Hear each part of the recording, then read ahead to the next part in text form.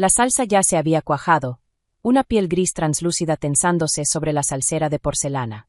Mi madre estaba sentada en la cabecera de la mesa, la espalda recta como una línea rígida contra la silla de caoba que yo había pagado hace 3 años. A su lado, Julián desgarraba un trozo de pan de masa madre, la corteza crujía como hueso entre sus dientes. No me miraba. No me había mirado desde que llegué. El mercado está en su punto máximo, dijo Julián, tragando un bocado seco. Hemos pasado el último mes revisando los números con los planificadores patrimoniales. Es hora de consolidar. Apoyé las manos sobre el mantel. El encaje era una reliquia familiar, intrincado y amarillento, con un leve olor a lavanda y sótanos húmedos. ¿Consolidar exactamente qué? La copa de mi madre golpeó la mesa. El vino tinto se agitó, una mancha oscura floreciendo sobre el encaje como un moretón reciente. Las propiedades, Elena. La casa del lago, la cabaña en el valle y los apartamentos del centro. Todo. Decidimos venderlo todo y dividir las ganancias entre nosotros 3. Hizo un gesto con su mano llena de anillos hacia sí misma, Julián y su esposa Sara, que estaba sentada en un rincón de la habitación, aferrada a su gin tonic como si fuera un escudo. ¿Nosotros 3? Repetí. Mi voz sonó débil en el comedor cavernoso. No sabía que me habían eliminado del registro familiar. Elegiste tu camino, replicó Julián, secándose la grasa de la barbilla con el dorso de la mano. Te fuiste hace 5 años. Te mudaste a la ciudad, empezaste esa empresa y dejaste de venir a las cenas de los domingos. Dejaste claro dónde están tus lealtades.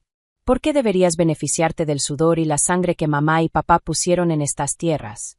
Me mudé por trabajo, Julián, y he pagado los impuestos de la cabaña del valle durante los últimos 4 años.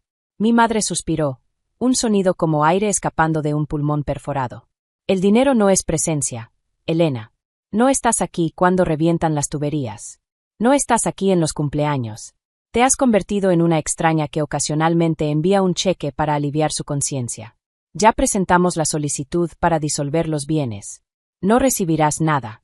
El aire en la habitación se sentía denso, presurizado. Los miré a los 3, la mirada fría y calculadora de mi madre, el resentimiento hirviendo de Julián, la complicidad silenciosa de Sara. Habían ensayado esto. No era una discusión. Era un veredicto. Ya veo, dije. Me levanté. Las patas de la silla chirriaron contra el suelo de madera. ¿Esa es la última palabra? Es la única, respondió Julián, clavando el tenedor en una papa asada. Y ni se te ocurra llamar al viejo abogado de la familia. Contratamos a alguien que entiende el legado. No discutí. No lloré. El dolor estaba ahí, una astilla fría clavada en lo profundo del pecho, pero mantuve el rostro liso como piedra pulida. Salí del comedor, atravesé el vestíbulo lleno de retratos de antepasados que probablemente habrían odiado esto, y me adentré en la noche húmeda. Iba a mitad de camino hacia el coche cuando el teléfono vibró en mi bolsillo. Una vibración que se sentía como una advertencia. Lo saqué. Elena, la voz de Arturo Eriscu sonó áspera, la de un hombre que pasa demasiado tiempo en oficinas revestidas de caoba. Perdón por llamar tan tarde, pero acabo de recibir una notificación del portal judicial. El nuevo abogado de tu hermano acaba de presentar una petición. ¿Una petición de qué, Arturo? Para la partición por venta de todos los activos bajo el fideicomiso de la familia Van. Pero no solo incluyeron las propiedades heredadas, también añadieron una lista de tus bienes personales. El edificio de oficinas que compraste en la ciudad, tu condominio y el portafolio de inversiones que empezaste en tus 20. Me detuve al borde del camino de grava. La luna era un ojo pálido y ciego entre las ramas del roble. ¿Con qué fundamento? Alegan que tus activos se financiaron con dinero familiar y, por lo tanto, forman parte del patrimonio común. Están intentando apoderarse de todo tu patrimonio, Elena. No solo te están excluyendo de la herencia, quieren despojarte de todo lo que construiste. Miré hacia la casa. La luz amarilla que salía del comedor parecía oro. Dentro, seguramente brindaban por su futuro. Un futuro financiado con mi ruina. ¿Cuánto tiempo tenemos? Solicitaron una medida cautelar urgente para congelar tus cuentas. Si no actuamos, el lunes podrías quedar sin acceso a tu propio dinero. Que presenten lo que quieran, dije en voz baja. Arturo, ¿todavía tenemos las escrituras originales de la reestructuración de 2018? Por supuesto. Pero están jugando sucio. Dicen que tu madre firmó esos documentos bajo presión. Perfecto. Que mientan. La caída será más dura.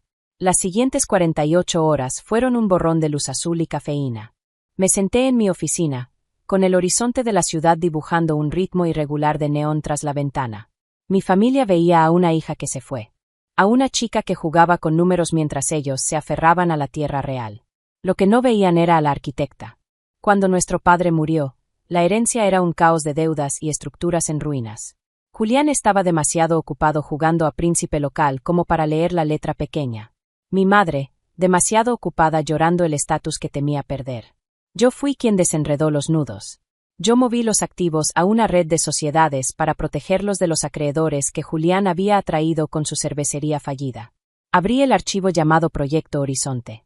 No era un arma. Era un escudo que había construido años atrás, esperando no tener que usarlo jamás. El teléfono sonó a las 6 de la mañana del domingo. El sol empezaba a sangrar sobre el horizonte, tiñendo las nubes grises de un naranja violento.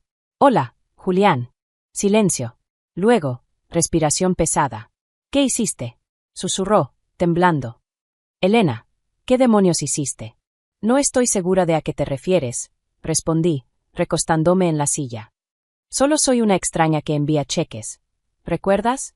El banco. Fui esta mañana. Me dijeron que la casa del lago y los apartamentos del centro ya no están en el fideicomiso. Que fueron vendidos hace 6 meses. No vendidos, Julián. Transferidos. Ejecuté la cláusula de recompra del acuerdo de 2018. Como el fideicomiso no mantuvo el pago de los impuestos, que yo cubría de mi bolsillo, la propiedad revirtió al financiador principal. ¿A ti? A mí. No puedes hacer eso. Es tierra familiar. Era tierra familiar, lo corregí. Ahora es un activo corporativo.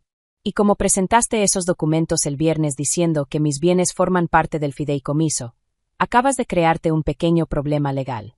¿De qué hablas? Su voz ya era puro pánico. De fondo, la de mi madre, aguda.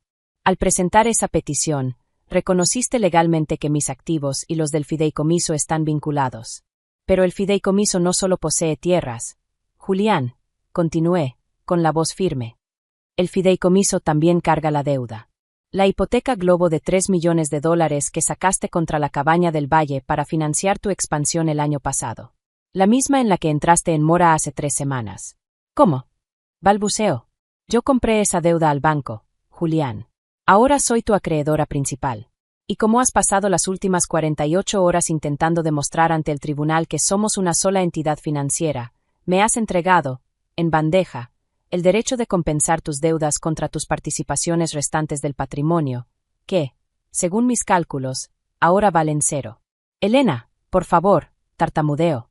El sonido de su ego rompiéndose fue más tenue de lo que había imaginado. Mamá está hiperventilando. Tenemos mudanzas programadas para los apartamentos del centro la próxima semana. Ya aceptamos un adelanto por la venta. ¿Aceptaste un adelanto por una propiedad que no posees? Solté una risa corta y seca. Eso se llama fraude, Julián. Deberías llamar a tu nuevo abogado. Aunque sospecho que dejará de contestarte cuando entienda que no puedes pagarle. ¿Vas a dejarnos en la calle? La voz de mi madre irrumpió, aguda, quebrada. A tu propia madre, Elena. Me diste un asiento en una mesa donde no era bienvenida, respondí. Me pasaste la factura de tu amor y esperabas que la pagara toda la vida. Yo ya terminé de pagar. Somos familia, rugió Julián. La familia no presenta medidas cautelares para robarle los ahorros a su hermana, dije con frialdad. La familia no se sienta a una mesa y le dice a alguien que no vale nada mientras come comida que esa persona pagó. Colgué. El silencio que siguió fue denso, pero no se sentía vacío. Se sentía limpio. 2 horas después, Arturo envió los documentos finales. La medida cautelar había sido retirada. Su abogado entendió en minutos, al ver mi contraataque, que se estaban metiendo en una trituradora. No solo era dueña de las propiedades que intentaron vender, sino también del techo bajo el que vivían. Pasé la tarde en un pequeño parque cerca de mi oficina. El aire olía a césped recién cortado y a humo de autos. Una sinfonía urbana que siempre me había resultado más hogar que el valle. Observé a unos niños jugar a la mancha. Sus risas eran claras, simples. El teléfono vibró de nuevo. Un mensaje de Sara. Está bebiendo. Rompió el gabinete del pasillo. Elena, ¿qué se supone que hagamos? Miré la pantalla largo rato. La antigua Elena, la que quería ser amada, la que necesitaba demostrar que era digna del apellido, habría respondido con una solución. Habría ofrecido un préstamo sin intereses. Habría suavizado los bordes ásperos de sus vidas. Escribí: llama a un agente inmobiliario. Pongo la casa en venta el lunes. Tienen 30 días. Eliminé la conversación y bloqueé el número. La oscuridad de la traición no reside en el acto en sí, sino en la claridad helada que llega después. En comprender que hay puentes que no deben reconstruirse, sino quemarse, para usar su luz y encontrar un camino mejor. Una semana más tarde, estaba en mi oficina. El espacio, de vidrio y acero, reflejaba a la mujer en la que me había convertido tras años de ser la otra. Arturo entró y dejó un sobregrueso sobre mi escritorio. Está hecho. Dejaron los apartamentos del centro. Julián está en un motel. Tu madre se fue con su hermana al norte. ¿Y la cabaña del valle? Embargo completo. Es tuya, sin cargas ni gravámenes. ¿Qué quieres hacer con ella? El mercado sigue alto. Pensé en la cabaña, en la luz del sol sobre el porche por la mañana, en el olor a pino que alguna vez llenó el aire, antes de ser ahogado por el resentimiento. Véndela, dije. Dona las ganancias al refugio juvenil del centro. Quiero todo eso fuera de mis cuentas. Fuera de mi vida. Arturo asintió. Eres muy eficiente, Elena. Soy honesta. No es lo mismo. Cuando se fue, giré la silla hacia la ventana. La ciudad se extendía ante mí, una cuadrícula infinita de comienzos, rupturas y reconstrucciones. No era la villana de su historia, aunque sabía que así la contarían. Solo era la persona que dejó de sostener el cielo, para quienes no les importaba si ella quedaba aplastada debajo. El teléfono vibró una última vez. Una notificación del banco. Se había completado la liquidación final de la Casa del Lago. La cifra era enorme, suficiente para cambiar varias vidas. Pero no sentí codicia. Ni triunfo. Solo una paz extraña, hueca y limpia. Tomé la pluma y volví al trabajo. Había contratos que redactar, edificios que levantar, una vida que vivir donde la única persona a la que debía responder era la mujer reflejada en el cristal. Querían liquidar las propiedades. Al final, lo lograron. Pero también liquidaron lo único que realmente tenía valor, el puente, de regreso a mí. Firmé un nuevo acuerdo y entendí que, por primera vez en mi vida, el precio era el correcto. Miré la hora. Domingo por la tarde. Por primera vez en 5 años, no sentí el peso fantasma de una cena ausente, ni el vacío de una silla sin ocupar. Fui a la pequeña cocina de la oficina, me serví un vaso de agua y observé cómo las sombras se alargaban sobre la alfombra. El mundo no se acaba cuando te alejas de la sangre. Solo se vuelve más silencioso, más enfocado. Ya no era la hija del patrimonio Van. Era Elena. Y eso bastaba. Me quedé junto a la ventana hasta que el sol se ocultó, dejando la ciudad en un crepúsculo azul. Las luces de los autos parecían un río lento de oro, fluyendo hacia futuros que aún no imaginaba. Hay una libertad muy particular en las ruinas de una traición, la libertad de no tener nada que ocultar, nada que proteger y a nadie que complacer. Bebí un sorbo de agua. Fría, clara, sin sabor más que el suyo propio. Me senté, abrí un documento nuevo y escribí la primera línea de mi propia historia. Una en la que los fantasmas de aquella mesa por fin descansaban. El hambre había desaparecido. La deuda estaba saldada. Yo, por fin, era irrevocablemente libre.